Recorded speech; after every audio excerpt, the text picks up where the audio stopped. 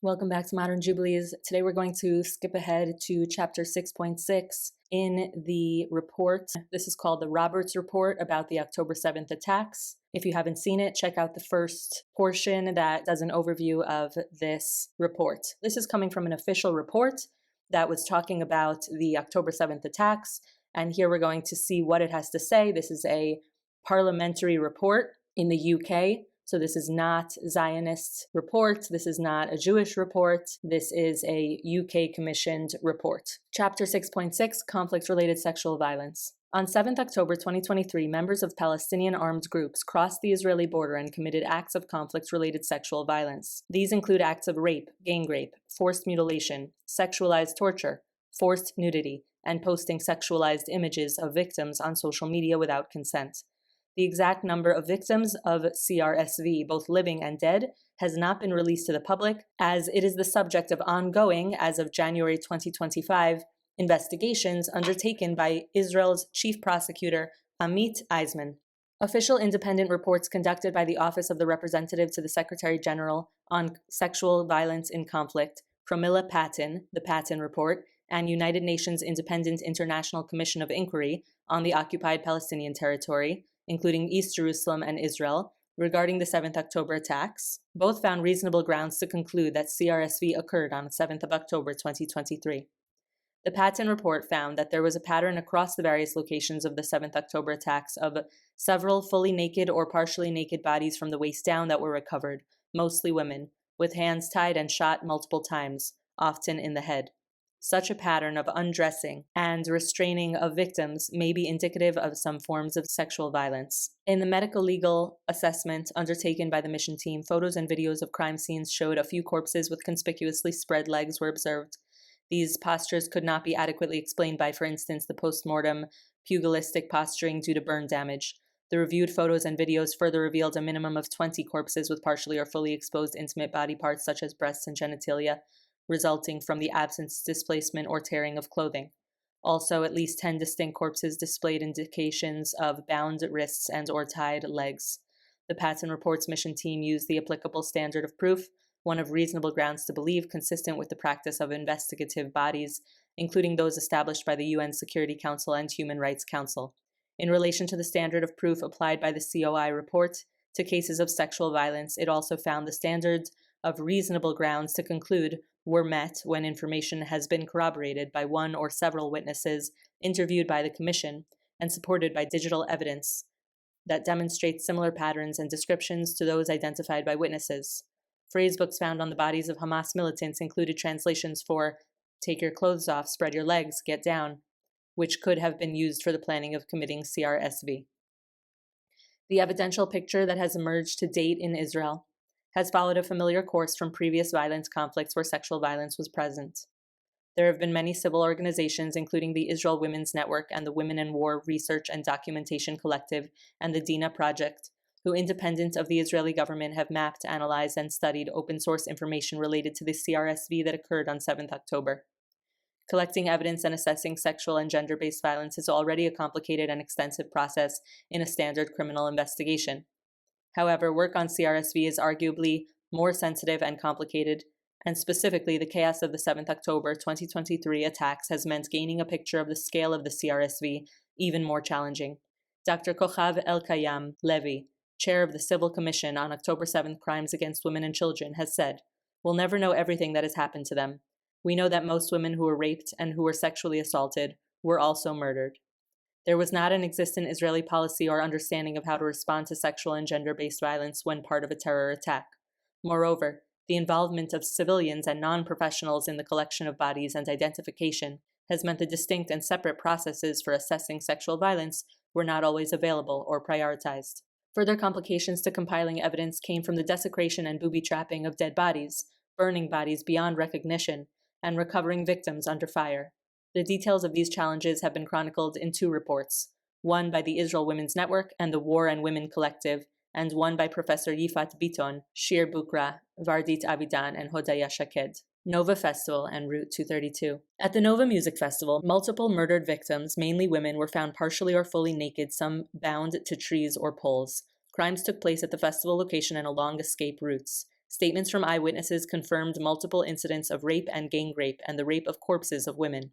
Eyewitness testimony also recounted the abuse of female victims who were passed between multiple attackers. While victims fled missile fire and attack, militants chased and actively hunted victims. Victims were found naked from the waist down or totally naked, many with their hands tied behind their backs or tied to trees or poles around the festival site. Others also sustained gunshot wounds to the back of the head. The first eyewitnesses of CRSV came from an incident at the Nova Festival and was first published by the Israeli police at a foreign press conference on the subject matter in November 2023 and further presented to the UN in December 2023. The testimony was from a woman named Sapir who has chosen to keep her name private in the press.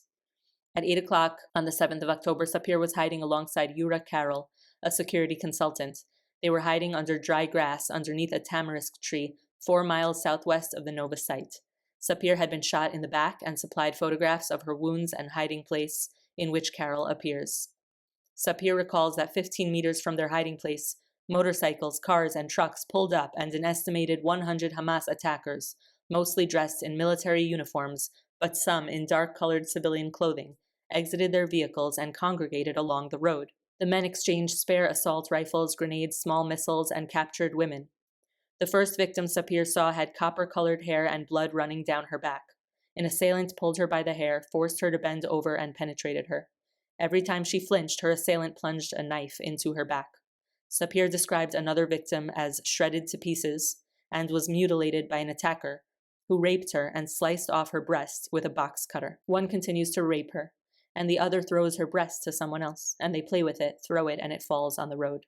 Sapir testified that the men sliced her face before the woman fell out of her view. She witnessed the rape of 3 additional women as well. The COI report took testimony from a witness who described seeing the body of a male victim. The witness testified that the victim, who appeared to be in his 20s, had multiple gunshot wounds on his head and back, and found with his pants pulled down and a gun inserted into his anus. When Hamas began the attack, Yoni Saadon, 39, a father of 4 and a shift manager at a foundry, hid under the festival stage and smeared the blood of a victim on himself so he would appear dead.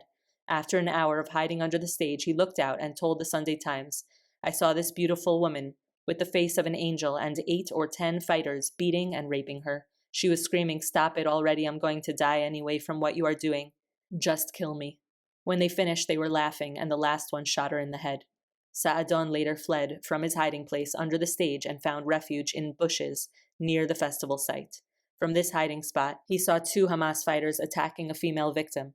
They had caught a young woman near a car, and she was fighting back, not allowing them to strip her. They threw her to the ground, and one of the terrorists took a shovel and beheaded her, and her head rolled along the ground.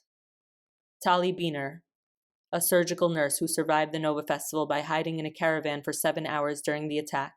Biner has given consistent testimony to multiple sources describing listening to the screams of women being raped outside the caravan. She also heard a man begging the attackers to leave a woman alone.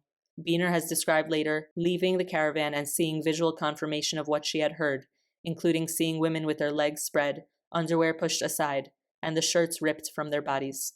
Biner has also testified to the rape and sexual abuse of male victims at the Nova Festival. When asked how she knew that she was hearing sexual violence outside the caravan, Biner said, "There's no way that women will scream that loud for so long if it's not asking for help because someone is doing something sexually to her. So when I hear, like, someone scream and then silence, I knew that it's probably someone got shot But when you hear this chaos for like 20 minutes or 15 minutes, you understand that something much worse is happening right over there, and it's not. It doesn't stop." Gad Lieberson, another festival survivor, fled the party in his vehicle but had to quickly run into the nearby forest to hide from oncoming Hamas attackers. Lieberson testified to the Association of Rape Crisis Center Israel, ARCCI, that he could also hear abuse from his hiding place. He said, "I hear shots, gunfire, bursts over our heads, and I hear girls speaking in English, 'Help, no, please.' The girls were crying. It sounded like they were being raped. They take them to the pickup trucks, they cry, they scream, they shoot them. I heard men's voices screaming, and when I heard shots, they immediately stopped screaming. I heard the girls for a long time." Ron Frager, a Nova Festival attendee who hid from Hamas attackers in a dried-up riverbed for 4.5 hours, provided testimony on his experience to the Open University. Frager recalled hearing girls screaming from nearby bushes, "They are raping me, help me." Frager testified that a moment after the girl's rape, she was shot in the head. Rami Shmuel, the CEO of Unity Festival Israel and one of the organizers of the Nova Festival, told CNN, "What we found in the area, on the field outside the safe zone, there is not a doubt about what our girls went through. The terrorists, we found naked women, stripped out without any clothes. Their legs were spread out and some of them were butchered." Elad Avraham, a security supervisor at the festival, fought against Hamas alongside 10 policemen and 3 security guards using a fallen policeman's firearm. He managed to escape the area with 4 partygoers in a car, dropped them at a nearby kibbutz, and returned to save more people. Avram found a unit from the Israel Prison Service and got a gun from them. They formed an 8-person team and fought against 30 Hamas attackers for an hour and a half. Avram described what he saw that day. Bodies of girls whose clothes were ripped, in some position, where she's lying on her back and her legs are spread. There was one on the bumper of a car, bent over with her pants down. You see the body of a girl with her clothes torn and body parts mutilated and ripped off. So you say to yourself, they raped her, slaughtered her, and also mutilated her. What more can you do to someone? Lieutenant Colonel Reserves Eran Massas from Kiryat Ata, who retired from the army in 2020, woke up the morning of 7th October to a phone call from his brother Avi telling him to get up. We've lost the country. Mas saw the picture of Hamas's pickup truck in Sderot, prompting him to get his personal weapon and phone and drive south and stop the infiltration. On his way to Sderot, he saw hundreds of Nova Festival attendees near Moshav Patish. He instructed them to go into the Moshav and began collecting bodies using an abandoned pickup truck. When he found the body of a female victim who was almost entirely naked, he apologized to her body for seeing her in that state and having to move her. Massas continued to the Nova Festival site and filmed his arrival while looking for survivors, but continued to find partially naked bodies. Speaking about one victim, he said, "Her face was on the ground, and when I turned the body on the other side, the shirt was down and her tights, that she wore tights, was all covered in blood." A member of the Nova Festival production team, Inon Rivlin, lost 2 brothers in the attack, but managed to survive by hiding in a ditch. After evading killers, he got out of the ditch and tried to flee towards the festival eastern parking lot along Route 232. Rivlin told the New York Times that he found the body of a woman near the highway lying on her stomach. The victim wasn't wearing any pants or underwear, and Rivlin stated that her vaginal area had been sliced open as if someone tore her apart. Rescue and emergency rescue response teams that removed bodies from the Nova Festival site described recovering the bodies of partially clothed and naked victims, many of which displayed heavy pelvic bleeding and genital mutilation. As Hamas militants arrived at the Nova site, festival attendees attempted to escape north and south along Route 232, Route 234, as well as east into the fields on the other side of the road. Along Route 232, bodies were found with gunshot wounds, severe burn damage, genital injuries, and injuries to other body parts. In a different location along Route 232, roughly 1 mile southwest of the festival site, Raz Cohen was hiding with Shoam Guetta. Cohen had recently returned from the Democratic Republic of the Congo, where he was training Congolese soldiers. Guetta is a fashion designer. Cohen has provided consistent testimony to multiple media outlets, and both Cohen and Guetta testified to ARCCI. After fleeing the festival site, the 2 were hiding in a dried-up steam bed. Speaking with Sheryl Sandberg for her documentary Screams Before Silence, Cohen recalled, "A pickup truck came and stopped 40 meters south of the bushes. Some terrorists got out and grabbed a girl there. I remember that there was a kind of semicircle around her and one of them raped her." He elaborated, "When you see someone being raped, you know it's rape. It isn't. They did whatever they wanted. They just did whatever they wanted. They didn't. There were no rules." Shoham, who was next to me, said, "He's stabbing her, he's slaughtering her," or something like that, and I didn't want to look. And when I went back, when I looked again, she was already dead. She wasn't. And he was still at it. He was still raping her after he had slaughtered her. Ugh. Rami Davidian, a fuel distributor from Moshav Patish, heard about the attack and drove his car towards the Nova Music Festival. He was sent to rescue a friend's son, but quickly grasped the scale of Hamas's assault. Through the course of the day, Davidian rescued over 700 Nova attendees and evacuated them to Moshav Patish, located roughly 10 miles from the Gaza border. Davidian drove back and forth to the festival site, leaving his car hidden and hiding in bushes and behind trees to covertly rescue kids sheltering from Hamas. At one point, Davidian came face to face with 6 Hamas attackers who had found Amit Parizer, a female Nova attendee, hiding. Davidian spoke to the Hamas militants in Arabic and convinced them he was a Yemenite Muslim who had come to warn them that the Israeli army was closing in and that they should leave the girl and run. He successfully saved Parazer's life. When Davidian finished evacuating civilians, he made it to the festival site and began helping match body parts, cover indecent corpses, and move bodies out of the way of arriving IDF tanks. Davidian recited the Shema prayer over each body that he found. During an interview with Sheryl Sandberg, Davidian returned to the Nova Festival site. Davidian brought Sandberg to the Re'im forest where he recounted, "I saw girls tied up with their hands behind them to every tree here. Someone murdered them, raped them, and abused them here on these trees. Their legs were spread. Everyone who sees this knows right away that the girls were abused. Someone stripped them, someone raped them. They inserted all kinds of things into their intimate organs, like wooden boards, iron rods. Over 30 girls were murdered and raped here. I had to close their legs and cover their bodies, so no one else would see what I saw. No one. No one can see those kinds of things." The Independent International Commission of Inquiry on the Occupied Palestinian Territory took testimony from a witness who described finding the body of a woman in her 20s along Route 232. The woman was naked from the waist down, had blood on her genital area and gunshot wounds in her back. The woman's clothes were found near her body. Kibbutz Re'im. That was all the Nova Festival. Kibbutz Re'im. While some of the Nova Festival attendees fled south and sheltered in and around Kibbutz Re'im, located approximately 1.2 miles from the Nova Music Festival site, the kibbutz suffered heavy attacks as well. The Patton report concluded that there are reasonable grounds to believe that sexual violence occurred in Kibbutz Re'im, including rape. This included the rape of a woman outside of a bomb shelter at the entrance of Kibbutz Re'im, which was corroborated by witness testimonies and digital material. Within the kibbutz itself, in one area close to the entrance, the bodies of at least 2 women were found inside a home, on the floor and naked, with gunshot wounds to their heads. Kibbutz Kfar Aza and Be'eri.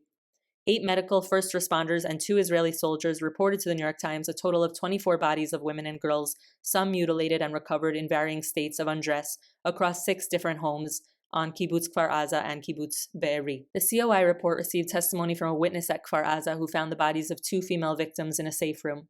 One of the women was in her early 20s, was found lying face down on a bed, naked from the waist down, with her knees on the ground and her upper body bent over the bed, with blood pooling around the body.